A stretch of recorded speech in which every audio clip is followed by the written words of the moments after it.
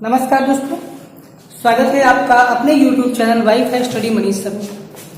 आज हम दोस्तों बात कर रहे हैं क्लास 10th की मैथ के बारे में, जिसमें हम लोगों ने स्टार्ट किया था दो चरों वाले रैखिक समीकरण युग्म के बारे में। मतलब रैखिक समीकरण दो दिए होंगे, उनके बारे में हमें पढ़ना है, सीखना है। तो हम लोग दोस्तों इसके पहले वाले वीडियो में सीखा था कि रैखिक समीकरण को हम लोग बनाते कैसे हैं, उसके कुछ क्वेश्चन हम लोगों ने पढ़े थे। आज हम लोग इनके कुछ अनुप्रयोग पढ़ेंगे और देखेंगे कि रैखिक समीकरण युग्म जो होंगे वो कब एक दूसरे को प्रतिच्छेद करेंगे, कब वो संगत होंगे, कब उनके हल अद्वितीय होंगे। इन सारी बातों को आज हम लोग सीखेंगे इस वीडियो में। और इनके कुछ क्वेश्चंस को ग्राफीय विधि से कैसे हल करते हैं, ग्राफ वाले क्वेश्चन, इनको आज हम लोग पढ़ते हैं। तो देर न करते हुए दोस्तों आइए वीडियो को स्टार्ट करते हैं। जो लोग चैनल पे नए हैं दोस्तों, सबसे पहला काम वो चैनल को सब्सक्राइब कर लें ताकि आपको आने वाली लेटेस्ट वीडियो की नोटिफिकेशन सबसे पहले मिल सके। आइए वीडियो को स्टार्ट करते हैं। दोस्तों यहाँ पे है रैखिक समीकरणों के संगत व असंगत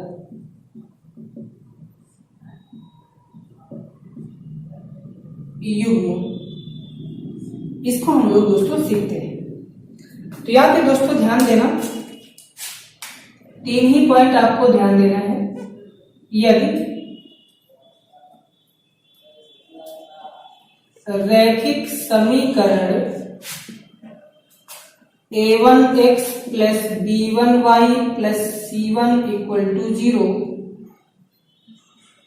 तथा a2x plus b2y plus c2 equal to 0 हो तो नंबर एक पॉइंट, दोस्तों पहला पॉइंट आपको क्या करना है, यदि a1 अपॉन a2, ये दोस्तों यहां से पहले और दूसरे समीकरणों से हम लोग a1 a2 की वैल्यू निकालेंगे और इसका रेशियो देखेंगे कितना आता है। अगर इसका मान b1 अपॉन b2, इसको निकालेंगे, y के कोफिशिएंट का फ्रैक्शन बनाएंगे। अगर ये दोनों वैल्यू दोस्तों इक्वल ना हो, डज नॉट इक्वल टू हो, तो हम कहेंगे तो रेखाएं प्रतिच्छेद करती हैं। प्रतिच्छेद करती मतलब एक दूसरे को काटेंगी। इस स्थिति में समीकरण युग्म का केवल एक हल होगा। केवल एक हल, इसका मतलब दोस्तों अद्वितीय हल होगा। अद्वितीय हल होगा तथा समीकरण युग्म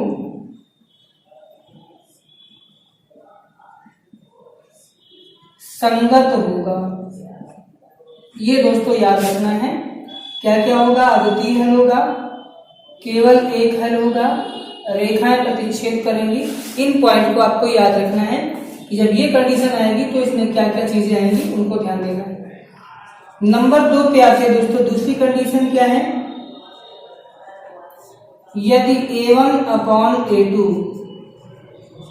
b1 अपॉन b2 ये दोस्तों इक्वल हो जाए, लेकिन does not equal to c1 upon c2 हो, c1 अपॉन c2 की वैल्यू इसके बराबर ना हो, तो हम कहेंगे तो रेखाएं समांतर होंगी। तो रेखाएं समांतर होती हैं, मतलब इनका कोई भी प्रतिच्छेद बिंदु नहीं मिलेगा। फिर इस स्थिति में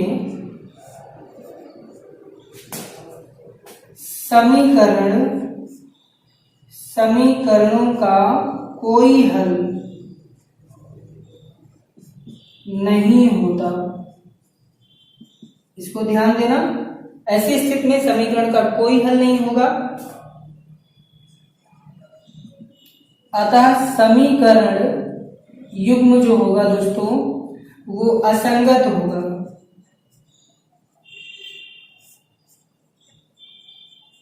तो इसको याद रखना है, असंगत होगा, रेखाएं समांतर होंगी, इसको दोस्तों याद रखना है। अब आते हैं हम तीसरे पॉइंट को देखते हैं। तीसरा पॉइंट यहीं पे लिख लेते हैं, यहाँ पे देखिएगा, यदि A1 upon A2 equal to B1 upon B2 equal to C1 upon C2 हो तो अगर दोस्तों तीनों का रेशियो सेम हो जाए तो रेखाएं जो होंगी संपाती होंगी। तो रेखाएं संपाती होती हैं।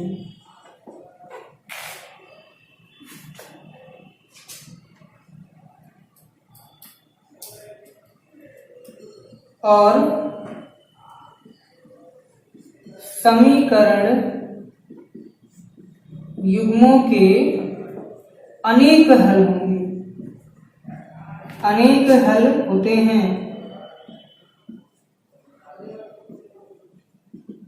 अतः दोस्तों इस स्थिति में हम कह सकते हैं कि समीकरण युग्म संगत होंगे, समीकरण युग्म संगत होंगे। तो दोस्तों संगत के यहाँ पे पहला और तीसरा केस है, असंगत का दूसरा है, अद्वितीय पूछेगा तो पहला केस है, संपाती होगा तो आपका दूसरा तीसरा होगा। अब हम लोग दोस्तों इसके कुछ क्वेश्चन को देखते हैं कि क्वेश्चन को हम लोग सॉल्व कैसे करेंगे। आइए इसकी बात करते हैं।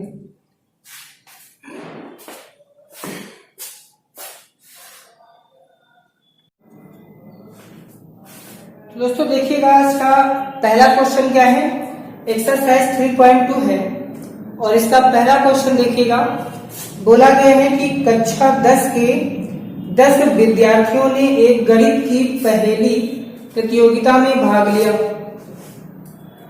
यदि लड़कियों की संख्या लड़कों की संख्या से 4 अधिक हो तो प्रतियोगिता में भाग लिए लड़कों और लड़कियों की संख्या बताइए।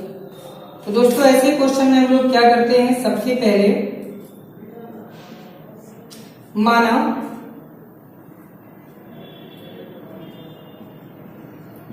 लड़कों की संख्या x तथा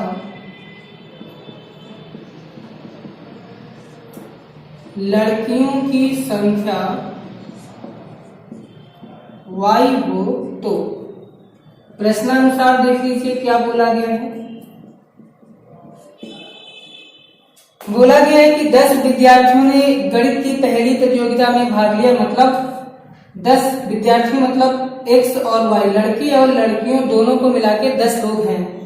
तो यहाँ पे x प्लस वाई दोनों को मिला करके इक्वल टू 10 लोग, तो पहला समीकरण बन गया। दूसरा बोला गया है यदि लड़कियों की संख्या लड़कों की संख्या से 4 अधिक हो, मतलब लड़कियां लड़कों से ज्यादा है, वो भी कितना, 4 लड़कियां ज्यादा हैं लड़कों से, तो हमें इस केस को बराबर करना है। तो लड़कों की संख्या x, लड़कियों की संख्या y है, तो बोला गया कि जो लड़कियां हैं लड़कों से 4 ज्यादा हैं, तो हम लोग क्या करेंगे दोस्तों, यहाँ पे 4 घटा देंगे तो बराबर हो जाएगा, ये लड़कियां लड़कों से ज्यादा हैं, तो हम लोग इसमें घटा देंगे तो हमें इक्वेशन मिल जाएगा। तो यहाँ पे आप देख सकते हैं कि x, ये y को इधर ले आओ तो माइनस वाई और 4 उधर ट्रांसफर हो जाएगा इक्वल टू 4। तो ये हमारे पास इक्वेशन बन गया दोस्तों नंबर 2। तो अब बोला गया यहाँ पे लड़के और लड़कियों की संख्या ज्ञात कीजिए। तो दोस्तों इन दोनों समीकरणों को हमें हल करना है, ध्यान देना।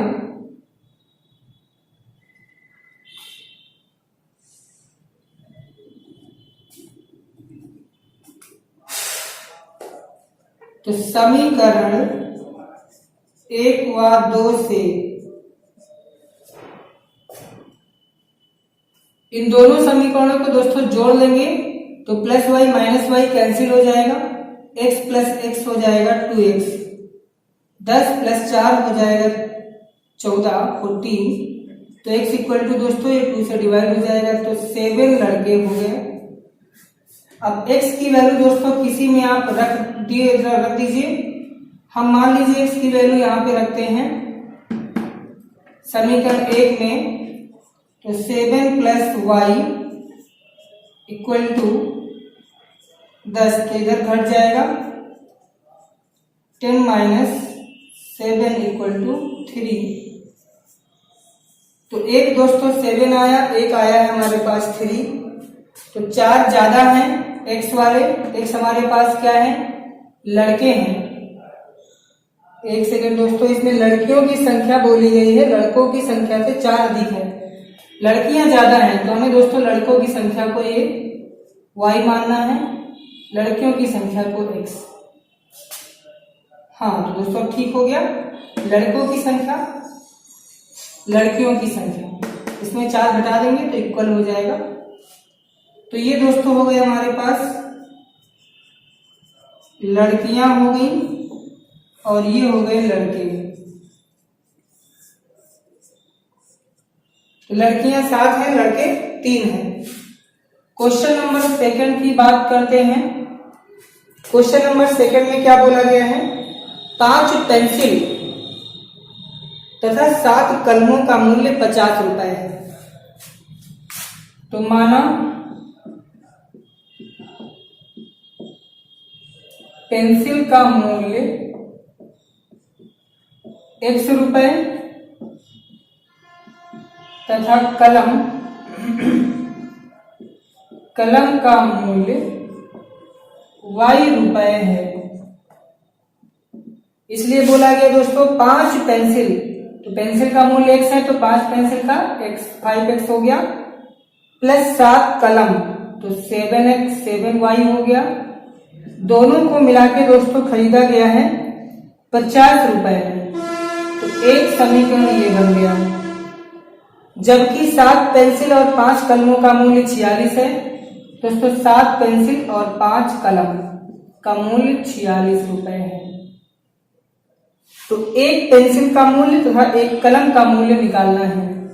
तो दोस्तों इन दोनों समीकरणों को हम ऐसे ही सॉल्व करेंगे और x y की वैल्यू निकालेंगे। यहाँ पर दोस्तों ये सेम था वेरिएबल तो हमने डायरेक्ट ऐड कर लिया, लेकिन यहाँ पे इक्वल नहीं है तो हमें इसमें एक को इक्वल करना पड़ेगा। तो एक को इक्वल कर दिया दोस्तों, तो आप क्या करें, यहाँ 5 को उठाइए पहले समीकरण में, मतलब समीकरण 1 को 5 से इंटू करना है, फिर घटा देना है इक्वेशन नंबर 1 से 2 को, इसमें हमें 7 से मल्टीप्लाई कर देना। चलिए ये काम कर देते हैं। तो इक्वेशन नंबर 1 में हमें दोस्तों 5 से मल्टीप्लाई, तो 5 5 जो 25x, 5 7 जो 35y और 5 से यहाँ करेंगे 5 5 जो 25 250 हो गया। इसमें 7 से करेंगे, 7 7 जो 49, 7 5 जो 35, ये x है 35y, यहाँ पे 7 से करेंगे 7 42, 7 चौक 28 और 4 32, ये हो गया। अब दोस्तों इसको माइनस करना है तो साइन चेंज हो जाएंगे, माइनस करने के, ये प्लस है तो माइनस माइनस माइनस, ये दोस्तों कैंसिल हो गया। 25x माइनस 49x घट जाएगा, तो 49 से 25 घटा दीजिए, 9 में से 5 गया 4, 4 में से 2 गया 2, तो माइनस का 24x। इधर भी दोस्तों घट जाएगा, तो 2 में से 0 गया 2, 2 में से 5 नहीं घटेगा तो 12 में से 5 घटाएंगे 7, यहाँ 2 बचा, 2 में से 2 गया, ये माइनस बात कराएगा। माइनस से माइनस कैंसिल, 24 क्या ही 72 दोस्तों, तो x इक्वल टू 3 आ गया। x क्या था, पेंसिल। दोस्तों एक पेंसिल कितने का पड़ा, 3 रुपए का। तो हम याद रखते हैं, अब समीकरण किसी में रख दीजिए, हम पहले में रखते हैं, तो 5x के प्लेस पे 3 आया है, प्लस 7y बराबर 50। तो 5 पे 15 दोस्तों, ये 7y इक्वल टू 15 उधर जाएगा, घट जाएगा, 50 से 15 घटा देंगे 35, 7 बचे 35, तो y इक्वल टू 5 रुपए। तो दोस्तों जो कलम होगी वो 5 रुपए की पड़ेगी और पेंसिल होगी 3 रुपए की। तो आई होप दोस्तों ये दोनों क्वेश्चन आप समझ गए होंगे। अगर समझ गए तो आइए हम दोस्तों इसके एक तो क्वेश्चन ग्राफ से देखते हैं कि ग्राफ से कैसे इसको सॉल्व करते हैं, आलेखन विधि से उसको देखते हैं।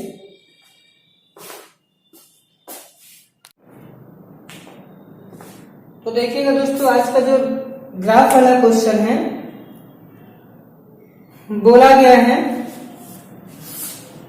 क्वेश्चन नंबर 2 में, इसमें रेखाओं y इक्वल टू एक्स और 3y इक्वल टू एक्स, और तीसरा है x plus y equal to 8 से बनने वाले त्रिभुज के शीर्षों के निर्देशांक आलेखीय विधि से निर्धारित कीजिए। तो दोस्तों इससे त्रिभुज बनेगा, उसके हमें निर्देशांक बताना है शीर्षों के। चलिए शुरू करते हैं। तो यहाँ पे दोस्तों हम एक एक से बना लेंगे टेबल। तो समीकरण 1, समीकरण 2, समीकरण 3। समीकरण 1 से बना रहे हैं टेबल दोस्तों। ये टेबल बनानी आप सबको आती होगी। एक में x, दूसरे में y। यहाँ बोला गया है कि y इक्वल टू एक्स, दोनों बराबर है, तो हम x इक्वल टू 1 ले लेते हैं तो y इक्वल टू भी 1 आएगा। अगर हम x इक्वल टू कुछ और ले लेते हैं, सबसे सिंपल सा दोस्तों जो तरीका है आप ऐसे कर लेंगे। एक बार x इक्वल टू 0 ले लेंगे तो y इक्वल टू भी 0 आ जाएगा। अब एक बार दोस्तों y इक्वल टू 0, ये तो आ ही गया y इक्वल टू 0। अब कोई और नंबर ले लेते हैं, x इक्वल टू 2 ले लिया तो y इक्वल टू भी हमारा 2 होगा, दोनों बराबर है, ये बराबर, आगे करने की जरूरत नहीं है। समीकरण 2 को ले लीजिए। जितने भी दोस्तों समीकरण होंगे सब में ऐसे ही आपको टेबल बनानी है, बिना सोचे समझे आप ऐसे ही बना दीजिए। समीकरण 2 में दोस्तों हम क्या करेंगे, एक बार x इक्वल टू 0 ले लेंगे, तो x इक्वल टू 0 लोगे तो दोस्तों y इक्वल टू भी 0 हो जाएगा। अब एक बार दोस्तों हम ले लेते हैं x इक्वल टू, हमने ले लिया 3, यहां पे रखोगे 3 तो ये 3 इधर जाएगा तो डिवाइड कर देगा 3/3, 3 1 जा 3, 1 आ जाएगा तो y इक्वल टू 1 आ जाएगा। आप रख के देख सकते हैं यहाँ पे। समीकरण 3 से इसी प्रकार बना लीजिए। समीकरण 3 से, तो दोस्तों समीकरण 3 से भी वही काम करना है। x y, x equal to रख दिया 0, दोस्तों x इक्वल टू रखोगे 0 तो ये 0 हो जाएगा, y इक्वल टू आएगा 8। अब क्या करते हैं, y इक्वल टू रख देते हैं 0, y इक्वल टू रख दिया 0 तो x इक्वल टू बचेगा 8। देखो कितनी आसानी से बन गए ये हमारे टेबल। अब हम लोग दोस्तों इसको ग्राफ पे प्लॉट करते हैं। ये x एक्सिस, ये y एक्सिस, ये ओरिजिन होता है O दोस्तों, ये हमारा 0,0 होता है। यहाँ 0 से स्टार्ट करते हैं। 1 2 3 4 5 6 7 8, ये ऐसे नंबरिंग आपको कर लेना है। ऐसे ऊपर भी इक्वल डिस्टेंस पे 1 2 3 4 5 6 7 8 9, ये कर लिया। चलिए दोस्तों इसको हम लोग प्लॉट करते हैं। तो पहले समीकरण 1 से 0,0 आएगा, पहला निर्देशांक दोस्तों 0,0 यहीं पे होता है, इसको मूल बिंदु बोलते हैं। तो ये हमारा हो गया 0,0। अगला जो आएगा 2,2, x एक्सिस पे जाएंगे 2 और y एक्सिस पे जाएंगे 2, 2,2। इन दोनों का दोस्तों जो कटान बिंदु होगा, ऐसे आप देख सकते हैं, ये कटान बिंदु हो गया, ये हो गया 2,2। समझ गए होंगे कैसे लिखना है। अब इन दोनों को दोस्तों मिला देंगे, ये लाइन ऐसे जाएगी, ये हो गई y इक्वल टू एक्स, पहली रेखा। दूसरी रेखा 0,0 यहीं पे होगी, अगला बिंदु है 3,0। एक्स एक्सिस पे जाएंगे 3, ये 3 और ऊपर जाएंगे 1, तो ये वाई एक्सिस पे जाएंगे 1 और एक्स एक्सिस पे 3। तो ये दोस्तों आ गया 3,1 मिल गया।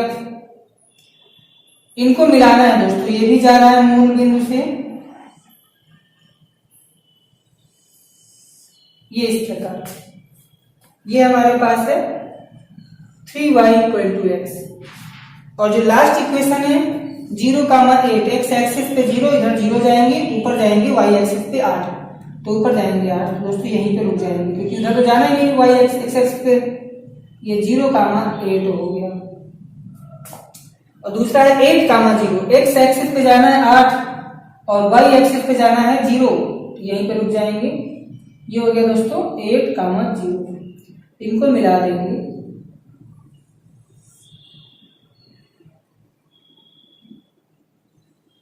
तो ये इस प्रकार से दोस्तों त्रिभुज बन गया। आप देख सकते हैं कि तीनों रेखाओं के द्वारा जो त्रिभुज बना है ये हमारा बन रहा है। इनके दोस्तों हमसे पूछे गए हैं निर्देशांक शीर्षों के, तो ये शीर्ष तो दोस्तों 0,0 हो गया। और आगे बोला गया है ये वाला, इसको देख लेते हैं। ये दोस्तों कहां पे आएगा, ये 6 पे आया और इधर कहां पे आएगा, तो लगभग दोस्तों इसको अगर हम देखते हैं शायद दोस्तों 2 पे आएगा, ये 2 पे आएगा। तो आप देख सकते हैं ये हमारा बनेगा एक्स एक्सिस पे 6 और वाई एक्सिस पे 2 यूनिट, तो 6,2 ये आया हमारा शीर्ष। इसको देख लेते हैं, ये दोस्तों नीचे कितना आएगा, ये 4, तो एक्स एक्सिस पे ये दोस्तों 4 यूनिट दूरी पे है और वाई एक्सिस पे कितना 4, तो ये हमारा हो गया 4,4।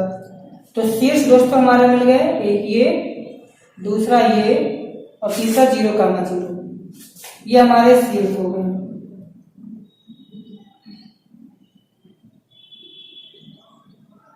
तो दोस्तों ये हमारे पास ग्राफ बन गया। आप इस ग्राफ को ऐसे बना सकते हैं। कोई समस्या हो तो आप बताइएगा। अब हम लोग दोस्तों सीखते हैं संगत और असंगत वाले, तो हम लोग नियम सीख चुके हैं, उसके क्वेश्चन हम लोग देखेंगे दोस्तों नेक्स्ट वीडियो में। ऐसे क्वेश्चन को दोस्तों करिएगा, और भी बहुत सारे बुक में आपके क्वेश्चन हैं, और कमेंट करके बताइएगा कि आपको ये समझ में आया कि नहीं आया। हम लोग नेक्स्ट वीडियो में दोस्तों सीखेंगे संगत और असंगत समीकरण कैसे पहचानते हैं, कैसे निकालते हैं। रूल हम लोग सीख चुके हैं।